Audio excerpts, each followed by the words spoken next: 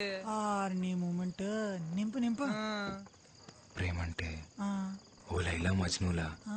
దేవదాసు పార్వతిలా, ఓ Romeo జూలియట్లా, అదో మాదిరిలో ఉండాలిరా. అయినా ఈ దేవదాస్ తెలుసు, ఈ మజ్ను తెలుసు, ఈ రోమియో జూలియట్లా మొగాళ్ళరా.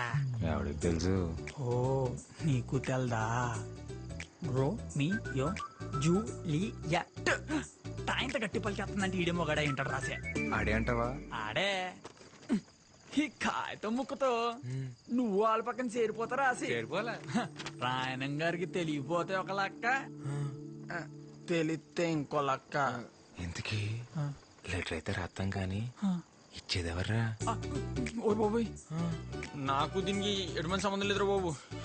అప్పుడు తొలిపోయి ఒట్టు, నేనైతే ఈ మూమెంట్ చేయలేదురా బాబా. ఈ మూమెంట్ కి అమర్తాలు ఎందుకురా?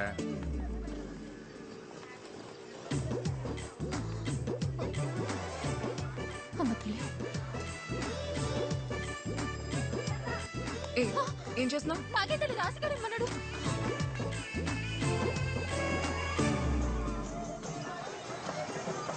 టెన్షన్ టెన్షన్ ఉంది తాలింపు. దేనికి? బేవం లెటర్ చదివి ఉంటదంటావా? ఉంటుందిలే. ఇంతకీ వస్తుందా రాదా? ఈ పసి బేబం చూడ్డానికి ఆ బేవు మొత్తం లేరా. రాయణం గారు వచ్చి పట్లెట్టపోతే బంగారు పాప తిద్దు మొదలవుతుంది కదా.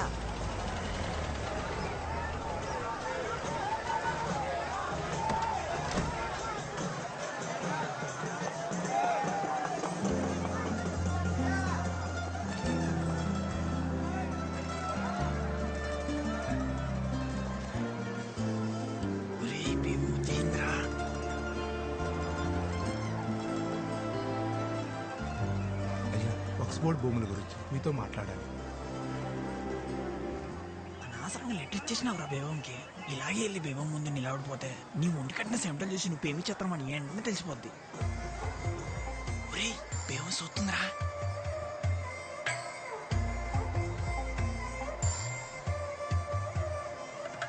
పిలుస్తుంది, ఎల్లా ఒరేయ్ ఎల్రా. ఒరేయ్ పిలుస్తుంది బేవం, ఎల్రా. బయలు సత్తు నువ్వురా. అలా సైక్ చేసేస్తే అందరూ వెళ్ళకూడదురా, నువ్వు ఒక్కడు వెళ్ళాలి. వెళ్ళా. అందరూ సిద్ధంగా ఉండండి. కొద్దిసేపటి తర్వాత బషీర్ బీబీ వారి గంధం పంచబడును.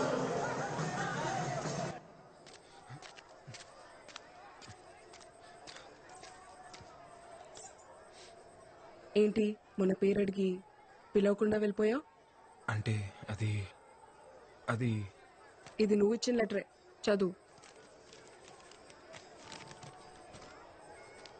ఒరే తాలింపు, ఆ. మన స్పీడ్ బ్రేకర్ మన ప్రేమకు స్పీడ్ బ్రేకర్ కాకుండా ఉండాలంటే ఈ కాగితం మొత్తం మన అక్షరాలతో నింపారా. ఇంచుపోయిన అక్షరం కాగితం నుంచి ఎలా పారిపోద్దో నేను సొత్తని పూట. సరే చెప్తున్నాను చూడు. నువ్వు వచ్చాకే నా గుండె గూట్లో పండగొచ్చే. పొద్దు పొద్దున ముచ్చట 3 స్పీడ్ బ్రేకర్లు వచ్చేసాయి. స్పీడ్ బ్రేకర్లన్నీ అయిపోయారా? బాగుందంటావు ఇది. ఊరు బాబా పిల్లి చూసిందనుకో ఫ్లాట్. ఇలాంటి లెటర్ ఇస్తే ఏ అమ్మాయి ప్రేమించదు తెలుసా? నవ్వుతుంది. నేను లెటర్ ఇచ్చింది కూడా ప్రేమించడం కాదులే, నమ్మించడానికే. ఈ కాగితం రాసిన అక్షరాలు ఆల్వీలు వేయండొచ్చు కానీ నువ్వంటే చిన్నప్పటి నుంచి అదో మాదిరి ఇష్టమని తాలింపుకే కాదు నాకు కూడా నేను చాలాసార్లు చెప్పేసుకున్నాను. అదో మాదిరి ఇష్టమా? అంటే అంటే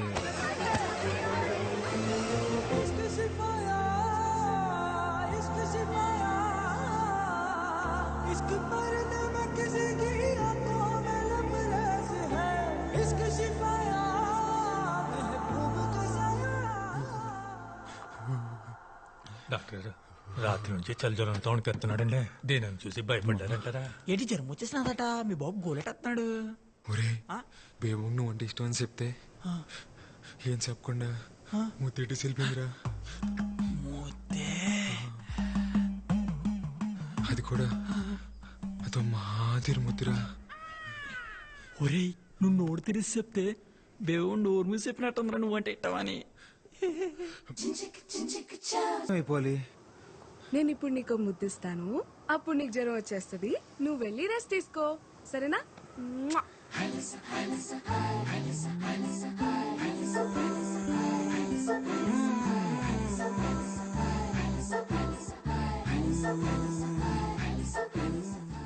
చూసి 3 రోజులు అయిపోయింది. ఈ సొక్క బానే ఉంటుంది కదా. రే దాసు నువ్వు ఇక్కడ రా. ఇదిగో, ఈ మూడు చూసి నాన్న నేను వస్తాను. నువ్వు ఎక్కడికి రా? నేను వస్తాను. నువ్వెందుకు రా మీటింగ్? ప్లీజ్ నాన్న నేను వస్తాను అంతే. సరే పద.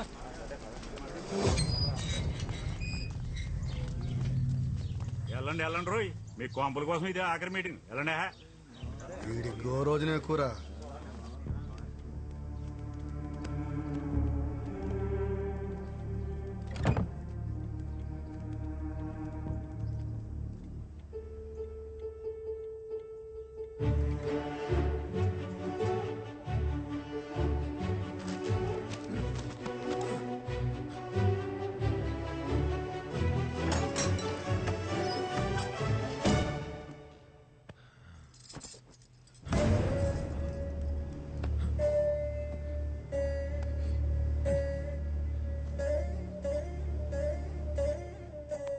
నమస్కారం అమ్మా, నా పేరు ఆసి. బేబమ్మ విషయాలు మీకు చెప్తుందో తెలియదు కానీ మీ విషయాలు రోజు చెప్తుంది. బేబమ్మకు మీరంటే చాలా ఇష్టం అమ్మా. మీరేమనుకోపోతే ఒకసారి బేబం చూసొస్తానే. రాయన్ ఫిషింగ్ యార్డ్ వల్ల రాయనం గారికి ఎన్ని ఉపయోగాలు ఉన్నాయో పక్కన పెడితే అంతకన్నా ఎక్కువ ఉపయోగాలు మీకే ఉన్నాయి. ముఖ్యంగా మీ పిల్లల భవిష్యత్ చాలా బాగుంటుంది. దూరంగా ఉండి కావలసినప్పుడు సముద్రం మీదకి వెళ్ళొచ్చు. రాయనం గారు మీకోసం ప్రభుత్వంతో మాట్లాడి మీకు పక్కా ఇళ్లు కట్టించేలా చూస్తారు. అర్థం చేసుకోండి. ఇదెక్కడ న్యాయం బారో గారు? తెల్లారితే మేమంతా సముద్రం మీదకి వెళ్ళి బతికేటోళ్ళమి. మీరేమో ఇప్పుడు ఊరవతల 4 కిలోమీటర్ల దూరంలో ఉండమంటారు. అదెలా కుదురుతుంది? రాయ్, ఇక్కడికి అక్కడ పెద్ద తేడా ఉందిరా. అలా అంటారేంటండి? ఎత్తుపై నీళ్లు ఎప్పటి నుంచో అలవాటు పడిపోయాం. ఇన్నేళ్లు సముద్రం మా ఇళ్ళకొచ్చి పలకరించిపోయిందే తప్ప పాడు చేసిపోలేదయ్యా. సాపల్లాంటి బతుకులయ్యా మావి. నీళ్ళకి దూరం పెట్టేస్తే పానం గిలకిలా కొట్టేసుకుంటది. ఎంతైనా ఉప్పుగాలి తగలకపోతే ఊపిరాడదయ్యా మాకు. మీరే దయ చూడాలయ్యా. మీరు బోట్లు వేసుకుని సముద్రం మీదకి వెళ్ళాలన్నా, మీ 5 ఏళ్ళు నోట్లోకి వెళ్ళాలన్నా అది నా దయ వల్లే చాలయ్యా. అవునయ్యా. కుదరదండి. ఫిషింగ్ యార్డ్ కట్టడానికి మేము అస్సలు ఒప్పుకోం.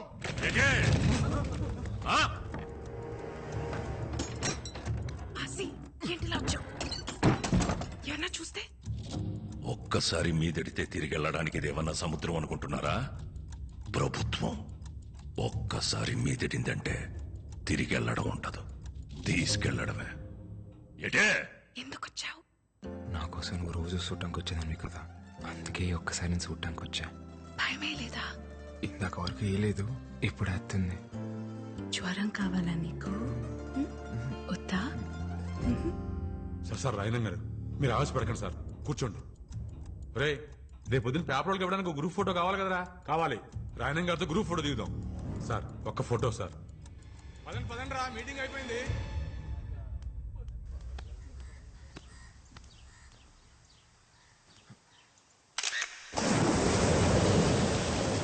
మేమనుకున్నాం మీ నాన్న మా ఇల్లు కలిసి అయితే మేము ఎక్కడ బతకాలి? మీలా మాకు 2-3 ఇల్లు లేవు. ఆసి రాత్రి మళ్ళీ కళ్ళకి వచ్చావు. ఇప్పుడైనా మచ్చ పడిందేమోనని. నేనే మాట్లాడుతూ నువ్వే మాట్లాడుతున్నావు. ఇలా రా రా, నీకు జ్వరం రప్పించేస్తాను.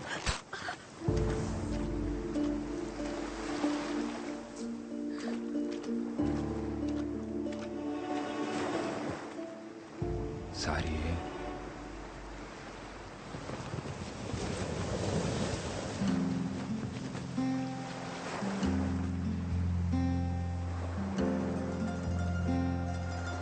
ఇప్పుడు నాకెంత కోపం వచ్చేస్తుందో తెలుసా? కానీ నేను ముసల్దాన్ని అయిపోతే నువ్వేమైపోతావో అని నేను కోపట్లేదు. రా, ఇంకొంచెం దగ్గరికి రావచ్చు ఆసి గారు.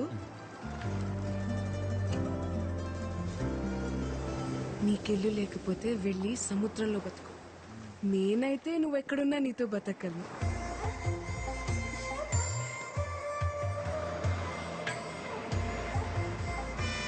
బస్ వచ్చేసింది. నాకు వినిపించట్లేదు, నేను ఇంటికి వెళ్ళను. ఏంటే ఇప్పుడైనా రావడం? రావడమే ఏటే కోల్డ్ పిల్ల, నా కొడుకుని సో నోరేసుకుని మీదడిపోతున్నావట. ఇదిగో నువ్వు వరుసనా కలిసినా ఆడే నీకు కాబోయే మొగుడు, గుర్తెట్టుకో. మొగుడిని అదుపులో పెట్టుకోవడం రాదు కానీ కబూర్లు చెప్తుంది. ఇదిగో నానా నేను అన్నానంటారు కానీ ఆడపిల్లకి వయసుతో పాటు మనసు శరీరం రెండు మారిపోతాయి. తొందరపడడం అందరికీ మంచిది. అన్నయ్య లేడా? కనకం కనకం, అయ్యా ఇంటికొచ్చిన వాళ్ళని టీ కాఫీ తాగుతారా అని అడిగేది లేదా? తీసుకొస్తానయ్యా. నువ్వెంత అడ్డుపడ్డా నేను అడగాల్సిన అడిగే వెళ్తాను. ఏ నా మేనకోడని అడిగే హక్కు నాకు లేదా ఏంటి? ఈ ఇంటి కూతుర్ని అడిగే హక్కు నీకెప్పుడూ ఉంటాది, కానీ పొందే అర్హత ఇప్పుడు ఆ ఇంటికి పోయింది. ఇంట్లో మనిషిని కాదని జాతి తక్కువ దాంతో పోయి సంసారాన్ని బజార్నేసుకున్నప్పుడే ఆడికి ఈ ఇంటికి బంధుత్వం తెగిపోయింది. ఇప్పటికిప్పుడు నీ మొగుడు ఎక్కడ ఉంటాడు చెప్పవే?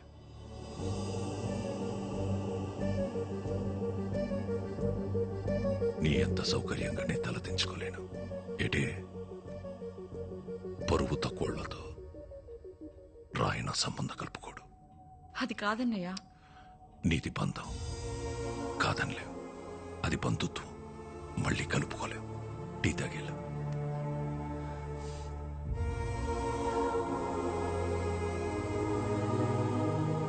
మా ఇంటికి వెళ్ళి తాగుతానులే.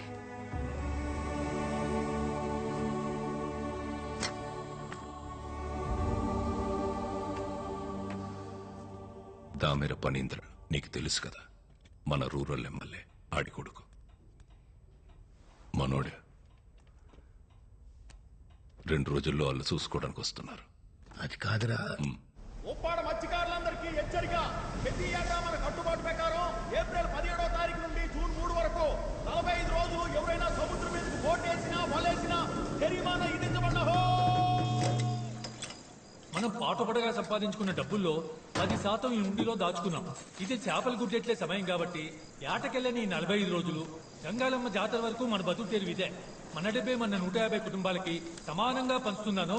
జాగ్రత్తగా ఖర్చెట్టుకోండి. తీసుకో దేవుడు, నా డబ్బులు కూడా తీసుకోపమ్మా.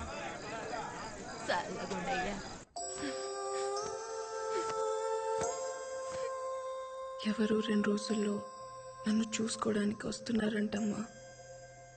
నాకు ఆ పెళ్లి ఇష్టం లేదు.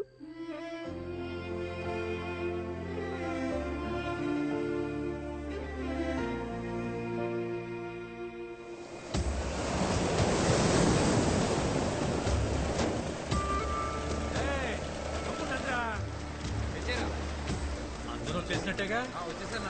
పడవలన్నీ ఒడ్డెట్టయిందిరా. ఆయన గారికి లెక్క చెప్పాలిగా.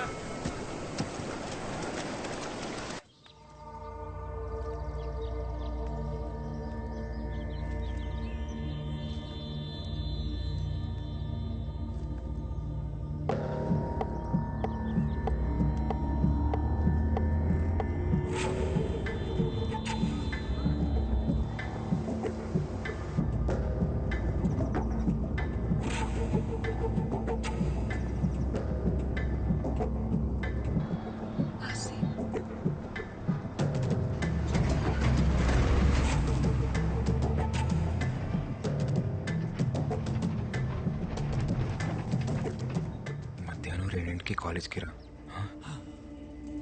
ఒళ్ళు చూడలే, పదరా పోదాం. త్వరగా ఎక్కువ పోనీ. రే, అందరూ బోట్టు ఒడ్డున పెట్టేశారు కదా, పిల్ల చెల్లాని కనికరించకండి. నోటి దగ్గర కూడుందని కూడా చూడకుండా రోడ్డు మీదకి లాగి పరేయండి. తెల్లారేసరికల్లా వాళ్ళిల్లున్న చోట్ల రాయనం ఫిషింగ్ యార్డ్ అని బోర్డు కనపడాలి. అట్టగే.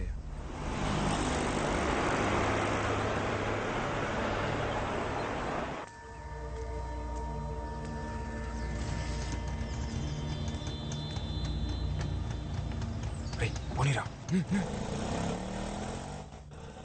ఏమైంది దేవమ్మా చెప్పు.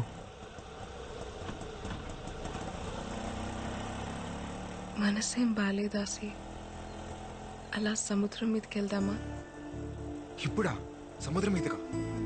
ఇప్పుడు ఎలాగో సముద్రం మీద ఓ బోట్ కూడా వెళ్ళదు కదరా. మీరు ఎంత కావాలంటే అంత పేమెంట్ చేసుకోవచ్చు. ఒరే, చేపలు ఉంపు కడతారా? పాపం కదరా. గుంపు కట్టడం అంటే పేమెంట్ చేసుకున్నాం కదరా. అయ్యి పేమెంట్ చేసుకుంటే మీరు పేమెంట్ చేసుకుంటున్నారు. మీరే మాట అడ్డు కారలే.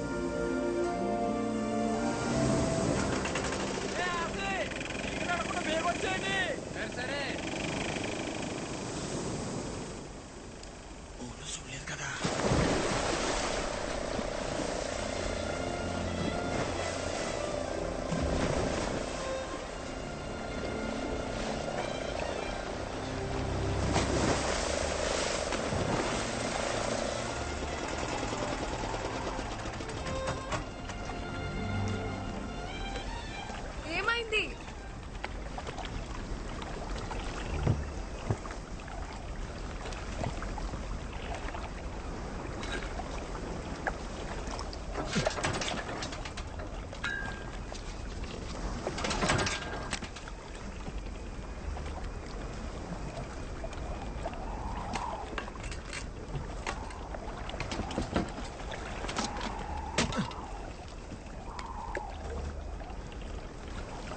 బాయిల్ అయిపోయినట్టుంది.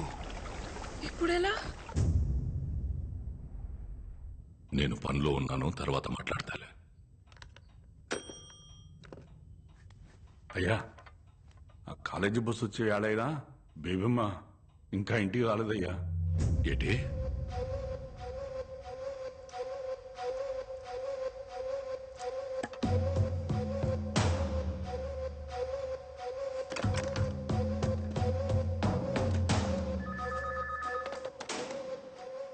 హలో, నేను రాయన మాట్లాడుతున్నాను. చెప్పండి రాయన గారు. బస్ ఇంకా ఊళ్ళోకి రాలేదంటే రాయన గారు, దీపం ఇంకా ఇంటికి రాలేదు. ఒంట్లో బాగోలేదని చెప్పి మేడం పర్మిషన్ తీసుకుని మధ్యాహ్నం ఇంటికి వెళ్ళిపోయిందండి. నువ్వు ఎలర్ట్గా ఉన్నావా లేదని చెక్ చేశాను. పాప స్నేహితులతో సినిమాకి వెళ్ళుంటది. ఒక అరగంటలో వచ్చేద్దదిలే. ఏంటి? అలాగేనయ్యా.